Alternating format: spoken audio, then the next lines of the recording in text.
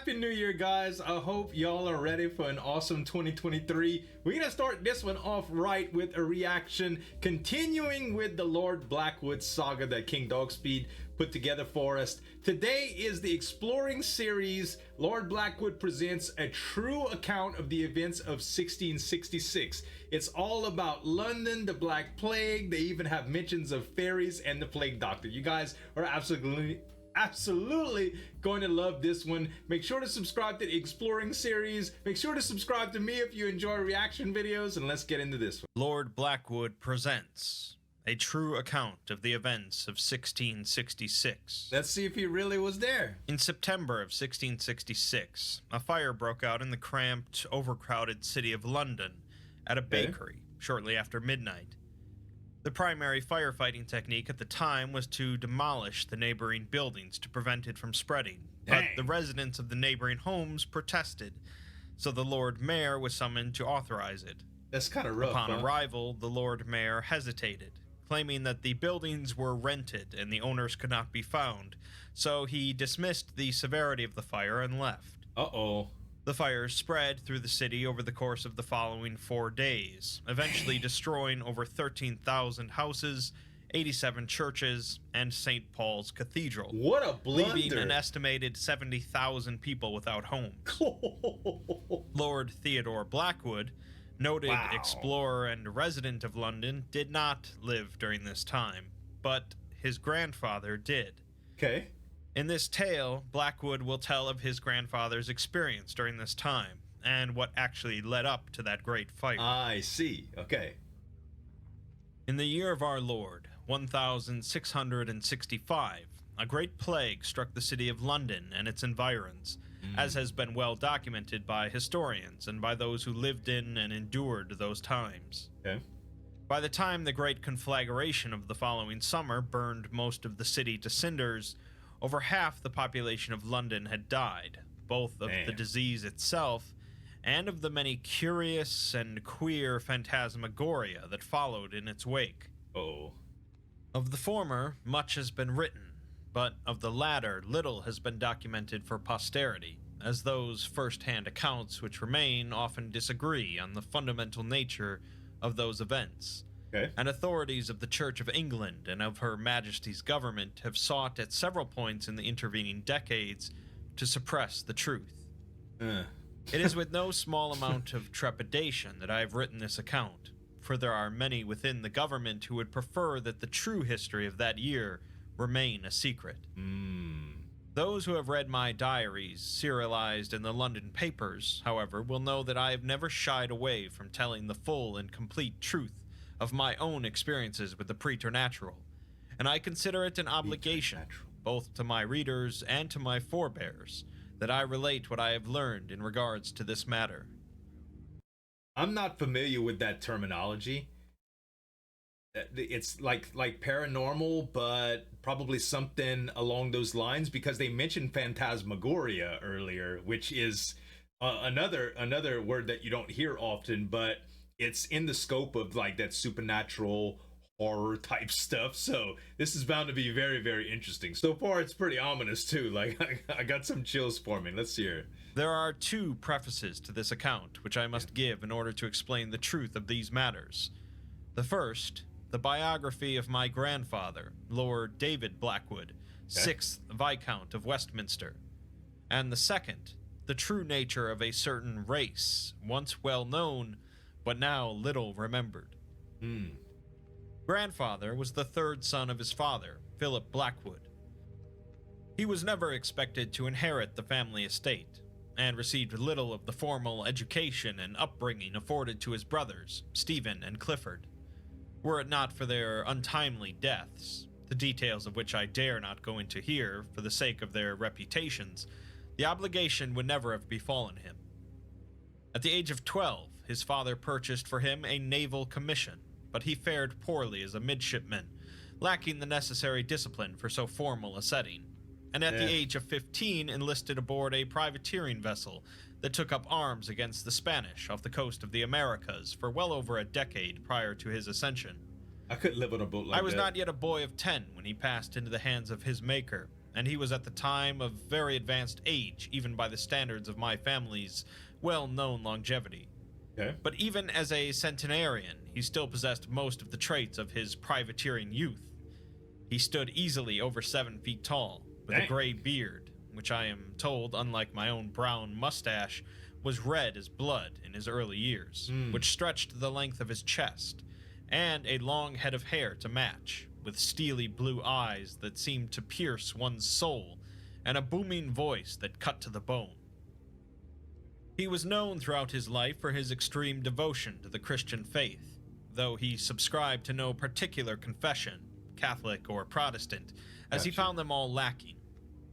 He wore about his neck a crucifix of the finest silver on a chain, which he would frequently brandish as a ward against evil forces, and was wont to carry no fewer than 7 Bibles of various translations on his person at all times, including a hand-illuminated copy in Enochian said to have been penned by John Dee himself. He was rarely seen without a brace of pistols worn over each shoulder, a sword on one hip, and several phials of holy water in a satchel worn upon the other. Sucker was geared up. He would eagerly thrash any man who profaned the holy name in his presence. But he was no teetotaling Puritan either. Oh. He could easily best any man in a drinking contest, was a notorious womanizer, and in matters of the flesh, he could utter oaths that would make the most libidinous of seamen blush. Gosh. Even after ascending to the peerage, it seemed impossible to tame him. He was possessed with a perpetual wanderlust that drove him to constant adventuring, a trait I would seem to have inherited from him, though I have fortunately been spared of many of his other persuasions. He was, at various points in his life, a cavalier, a witch finder, a freelance exorcist, a plague doctor, a pirate, a condottiere, an ambassador, and for a period of 6 months, the Doge of Venice. But during the years in question, he was occupied in the profession that earned him the greatest amount of notoriety, that of an elf hunter. Elves are real, my friends. Wow. The beings, also known among our people as fairies, are thought of in this day and age as lithe, miniature, whimsical figures, such as the winged creatures seen in the artificed photographs that have beguiled Conan Doyle, or the creatures of folk tales that mend shoes or bake bread while a hapless working man is fast asleep. If you ever watch my reaction or any videos about the factory, they go into detail about how some of these anomalous weapons were created to fight and destroy the entire race of fairies. It's pretty awesome, man. Or the laborers who assist Father Christmas, who, I may assure you, plays a fine game of cribbage and can imbibe whiskey in quantities that would kill most men with his annual deliveries. Okay. In previous centuries, however, they were no such laughing matters. The word fairy, as any academic can tell you, is derived from the fair folk, a euphemism spoken so as to avoid speaking their true name, which I will not publish here, because to merely speak that name aloud was to risk acquiring their attention, and to be noticed by the fair folk, depending on their temperament, may be worse than a capital sentence. Wow. It was thus prudent, if one must speak of them at all, to do so flatteringly, so that if you caught their attention, they would at least take little offense. It is now believed that the elves are wholly extinct as a race. No reliable account of a living specimen has been given since the beginning of the previous century, and even by that time they were rare, having mostly been hunted down during the late Middle Ages. If Darwin's theories on the origin of species are to be accepted as fact, which I do to the eternal consternation of my brother the Archbishop, they comprised Homo alvis, a close cousin of our own race, divorced from mankind some hundreds of thousands of years ago. Physically, they resembled ourselves, but what differentiated them from us was a power of the mind.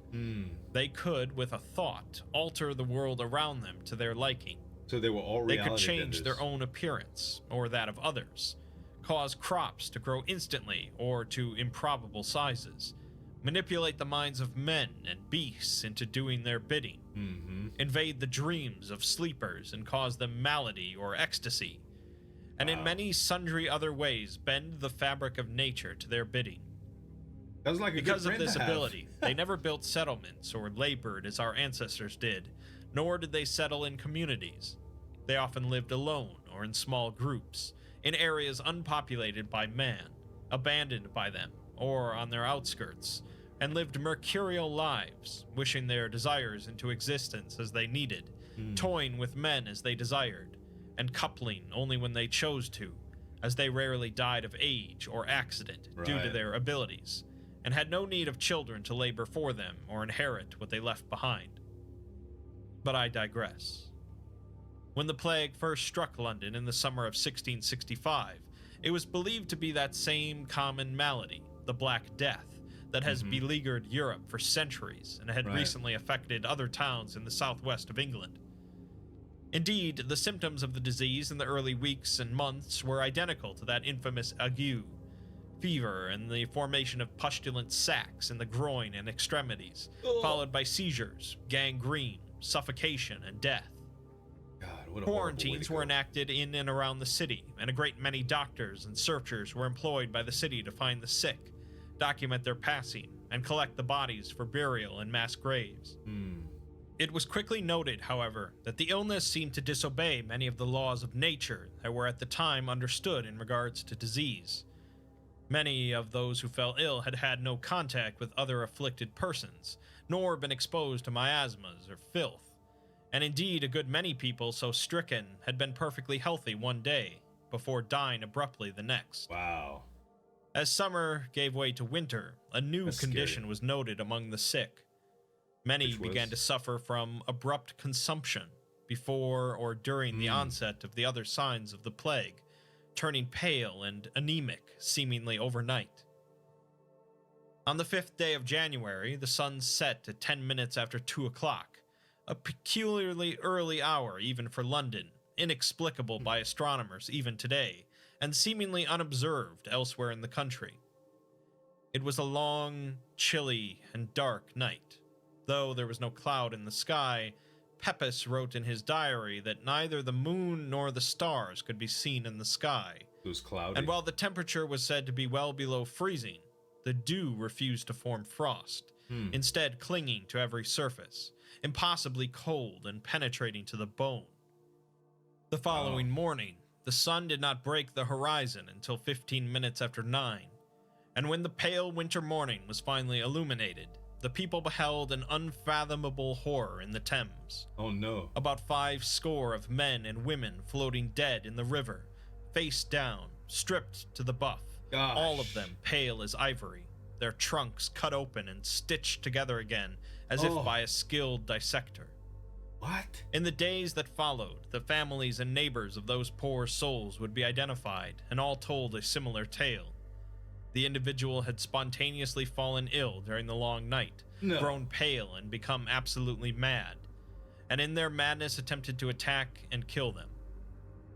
In a handful of cases, they were successful, strangling the life out of their loved ones, seemingly with no recognition of what they were doing, or biting and tearing at their flesh until they expired from loss of blood. Oh my God. Though in the majority of instances, their relations were successful in restraining them, or were forced to kill them outright in self-defense.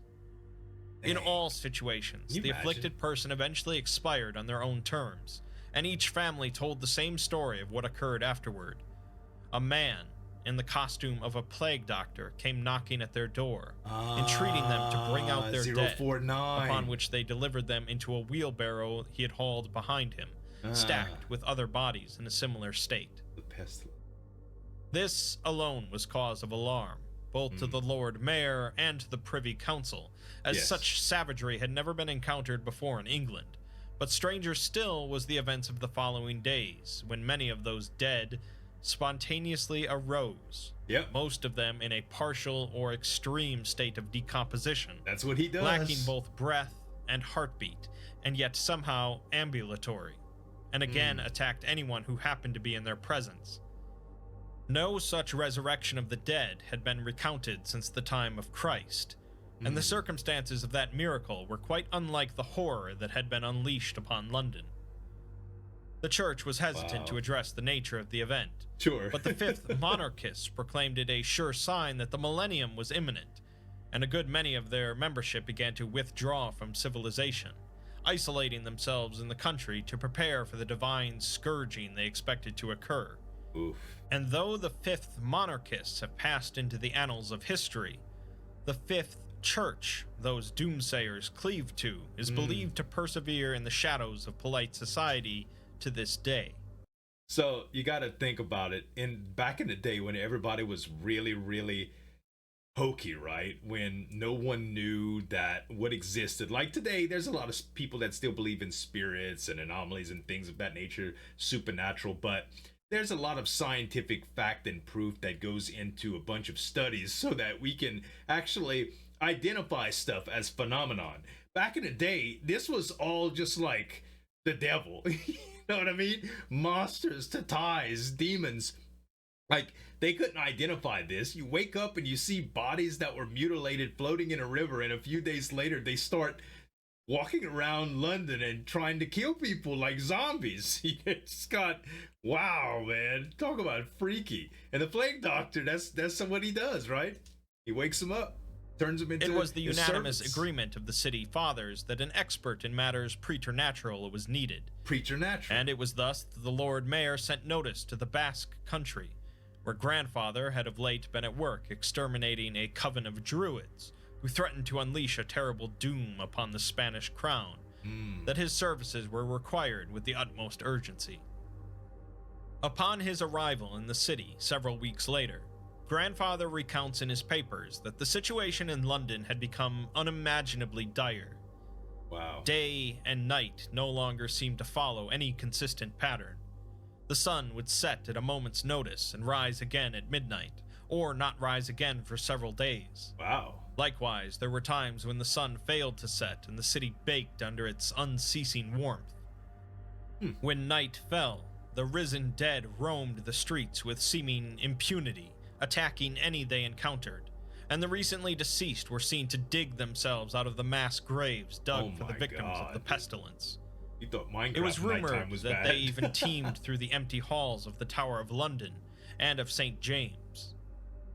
Few ships ventured to the city, for the malady that befell it had become well known, I guess but ships so. departed constantly, their captains knowing full well they might arrive at some foreign shore only to be ordered to return, lest they spread the same doom into those lands. They're just trying to get The out. strange plague doctor reported on the night of the 5th had not appeared again, but other strange occurrences were observed nonetheless.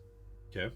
On the second day in the city, he recounts that he saw 24 deer marching down Marylebone in a tight formation, as if pulling a coach, but they had no riders or harnesses, save for one at the rear of the troop that carried a dead fox upon its back.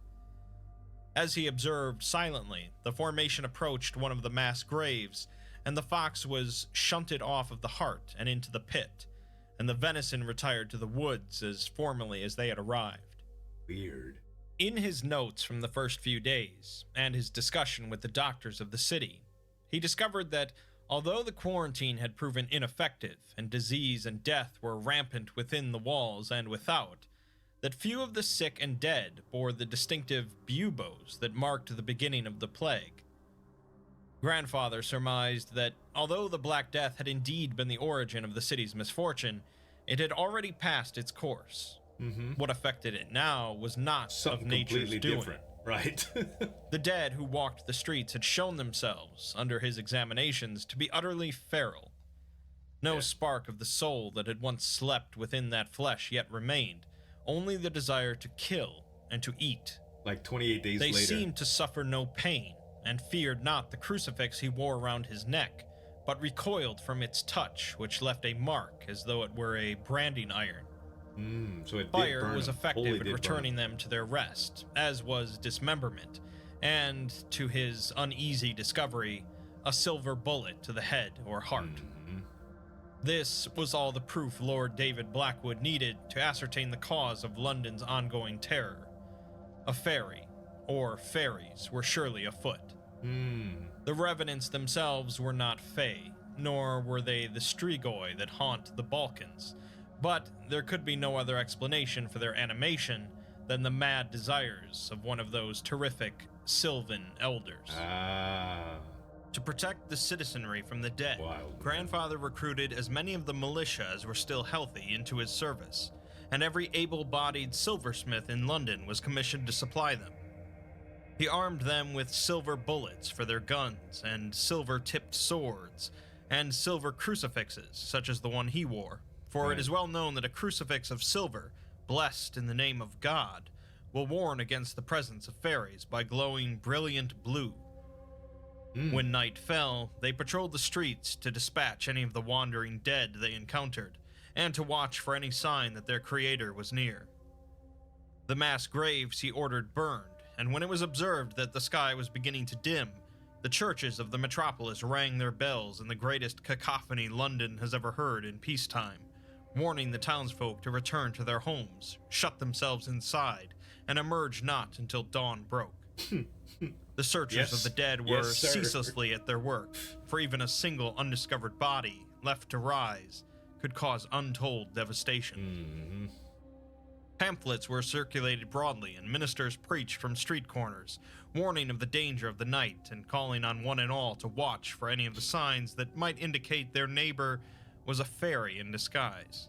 Their tendency to shift subtly in appearance when glimpsed only in the corner of one's eye, a smell of fresh flowers when none are present, their fear of the cross and silver and the sound of church bells, a whispered laugh when one thinks oneself alone. As the months passed and winter bled into a summer as inconsistent and grim as the winter had been, dozens, if not hundreds, of Londoners had been arrested on suspicion of being fae, but none had shown themselves to be the genuine article, until a certain evening late in August, as my grandfather was purging a ward in Southwark well past midnight, when a messenger found him, reporting a strange discovery in Pudding Lane. A deputy had been patrolling the area, presently free of the dead, when he observed a glimmer of light emerging from the boarded-over window of a shuttered bakery. Bidding his fellows to remain silent and ready their weapons, he approached the bakery, and, peeping through the crack, beheld a sight that gave him reason to think he had become mad. The oven was alight, dough was being mixed and kneaded, pies were being stuffed, bread was baking, and meat was roasting on a spit above a flame. Yet no man's hand tended any of it, save for a young man who could scarcely be older than 20, who stood leaning against a wall, motionless, watching. So this was why the deputies broke down the door of the bakery and quickly apprehended the man, who gave no struggle. But no sooner did they lay their hands on him than the wizardry around them ceased. The dough fell idle, the spit ceased to turn, the oven extinguished itself. He spoke only Dutch and proved unable to answer their inquiries, so they delivered him to the Old Bailey, where Grandfather met him after dawn had broken. No sooner did he enter the chamber where the youth had been clapped in irons than did he notice the aura emanating from his crucifix. Grandfather had encountered fairies before, and it had shone almost brighter than the sun in their presence. This was no such emanation, but a dull glow, as if a distant memory of the setting sun. So maybe Grandfather just spoke a reality little bender? Dutch himself, but he found himself able to converse with the youth enough to discern that his name was Wouter Vanderhorn, and he had recently arrived from the Spanish Netherlands. He refused to say much more until Grandfather threatened to remand him to the church to discern what truths they could persuade him to part with, at which point he gave an explanation of his behavior at the bakery that shook Grandfather to his core. He insisted that he was not a fairy, but that his own grandfather was, and he had come to London to help him, for he was gravely ill. He was a descendant. After certain negotiations were made and warnings issued, Wouter agreed to take Grandfather and his deputies to meet the elder Vanderhorn. And as another premature night fell, the pair made their way through the streets of London with an escort of deputies, as well as the Bishop of London and several of his deacons, who had asserted a pressing theological interest in resolving this calamity. So holy mob, man. Wouter guided them to a crypt in a forgotten cemetery outside the walls, where he said the old man had taken refuge, and escorted them down a staircase into a chamber where there rested, on a threadbare bed, lay a man both impossibly old and impossibly disfigured. He was shriveled and wrinkled to what must have been half his size in his youth, bereft of any hair, his eyes clouded and obviously blind or near blind. Wow. He breathed each breath with great difficulty and issued forth a great and raspy wheeze as he did so. But he couldn't change his Moreover, he was covered head to toe almost completely in buboes, and when his plague-addled frame met the light of the party's torches, many of the men recoiled in horror lest they be infected. Gosh. Grandfather's crucifix glowed brighter than before, but still not as much as he had seen in the past. So another descendant. Before Grandfather could speak, the bishop demanded of the old man that he explain himself, and like his grandson, he spoke only Dutch, obligating Grandfather to translate. The elder, who called himself Johann, said he was some 517 years of age, and had lived for most of his life in the Low Countries. Okay. His mother was a fairy, who lived alone in the woods, and unlike many of her kind, desired to bear and raise children more than anything her physical abilities could provide her. Okay. Finding no suitable mates among her own kind, as according to the papers I have alluded to, they were almost entirely extinct in Europe by that point, she beguiled a woodsman into marrying her, and in the fullness of time, he became their only issue. As a child, he lived in the woods with his mother, but he never learned to master the manipulation of the world in the way of her kind, and his abilities seemingly manifested only in his dreams. He was 12 when a hunter sent by the church slew his parents, and he found himself alone, eventually making his way into the city as an orphan, learning a trade and raising a family who he would, in time, outlive. As decades and centuries passed, and he grew increasingly aged, he sought others of his mother's race in the hopes that he might learn to rejuvenate himself as they did.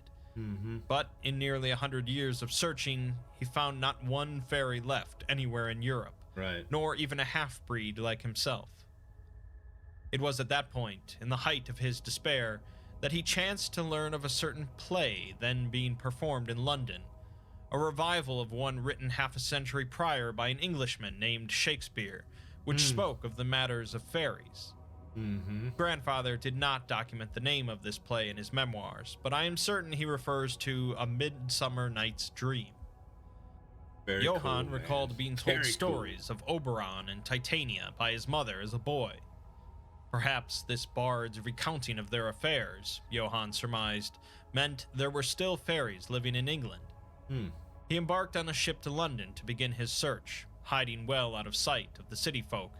But as fate would have it, his arrival in May of the previous year coincided with the arrival of the plague, and he had fallen ill with it, retiring into the crypt to wait for death. Rip, man. Wouter explained, as the elder man drifted into sleep from exhaustion, that he had heard his grandfather calling to him in his head for several months, begging him to come to London and aid him somehow. He had some difficulty finding a vessel willing to make the passage, but had arrived earlier in the month. Following instructions, he heard his grandfather's voice speak to him silently, that led him to the crypt. Crazy. He surmised that while his grandfather's elvish ancestry was strong enough to prevent him dying of the plague, it did not prevent him being sick with it, nor was it strong enough to purge the ailment from his ancient form.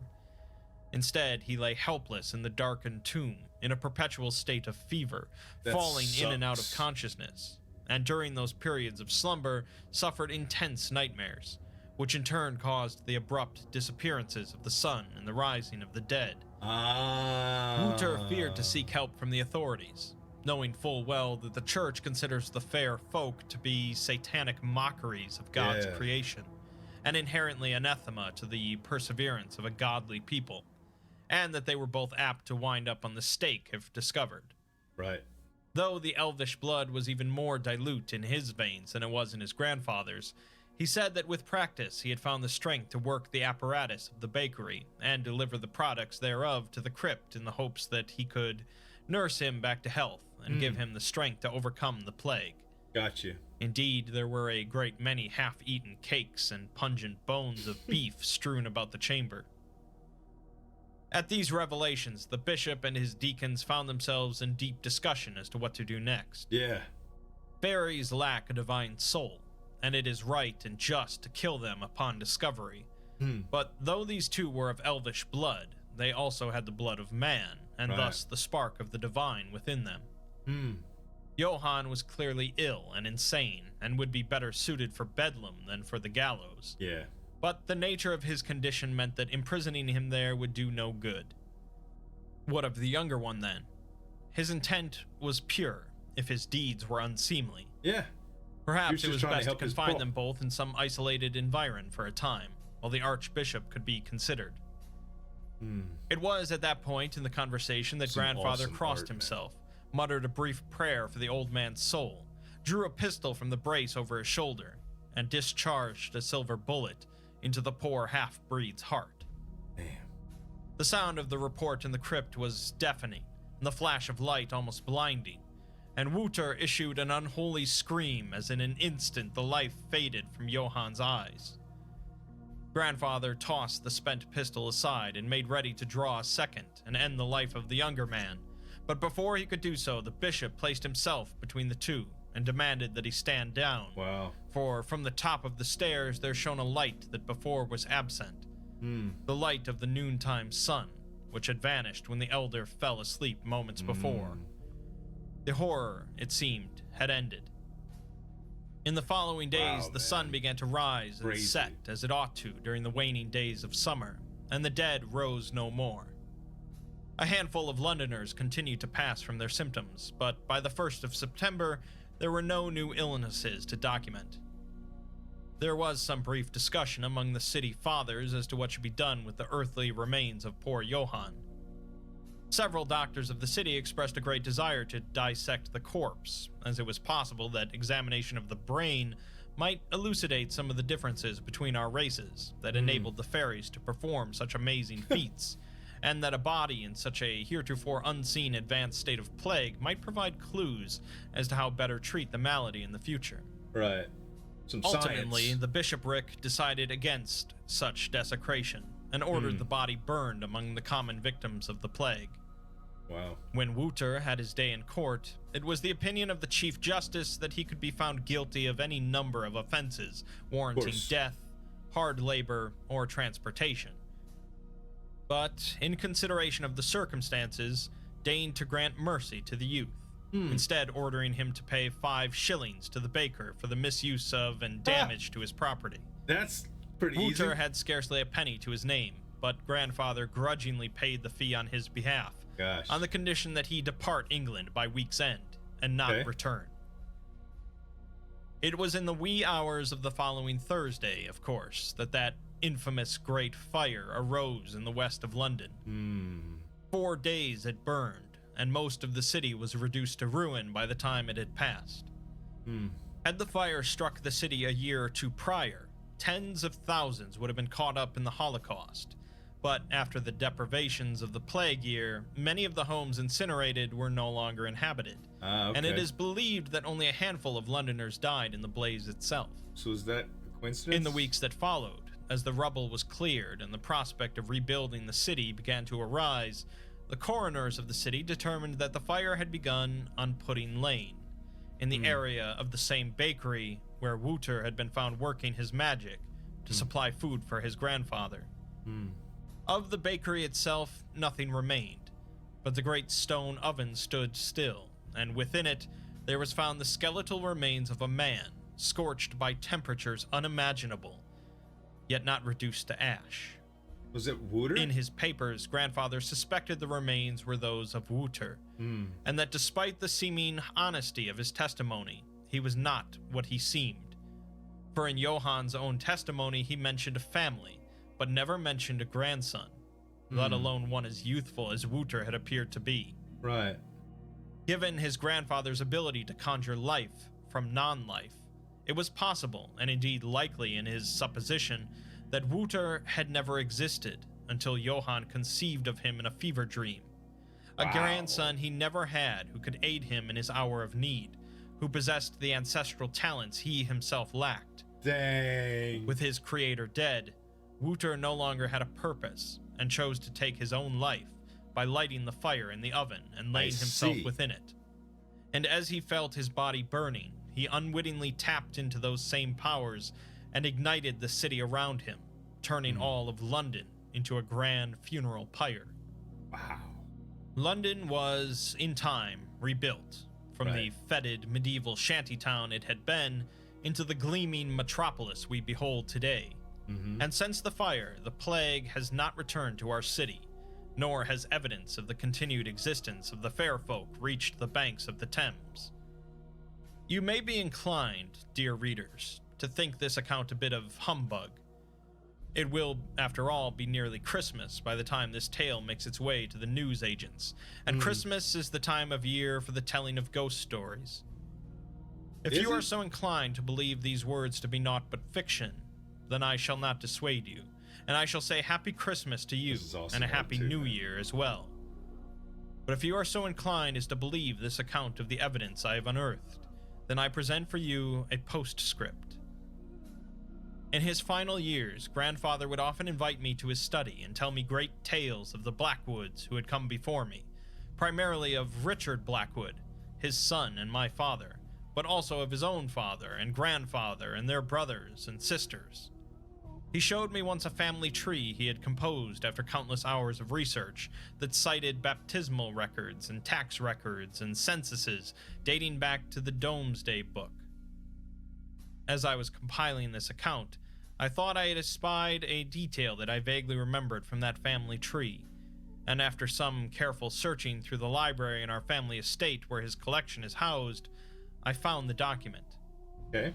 5 generations before my grandfather, there is listed Henry du Blackwood, 1st Viscount of Westminster, and the first of my lineage to be awarded the title Lord Blackwood. He is listed as the child of Etienne du Blackwood and Genevieve van der Horn, whose father, according to baptismal records, was born in the year 1149, was named Johann. Wow. Happy Christmas, Happy New Year, sleep well, and if you must speak of the fair folk, do so flatteringly. Signed, TTB. Wow. You know, the fact that these things are like medieval vampires, sort of, you know what I mean? The fairies, I mean, and the way that they incorporated SCP-049 and just the depth of the tale itself is so good. And Lord Blackwood, this snail, this slug, this is all based on his grandfather's account. So, man, I'm confused and I'm intrigued, but there's so much more to this playlist, guys, and we're going to continue to go through it. I really hope you enjoyed this one. Make sure to subscribe to the Exploring series for telling this awesome tale, and check this video out if you enjoyed this one.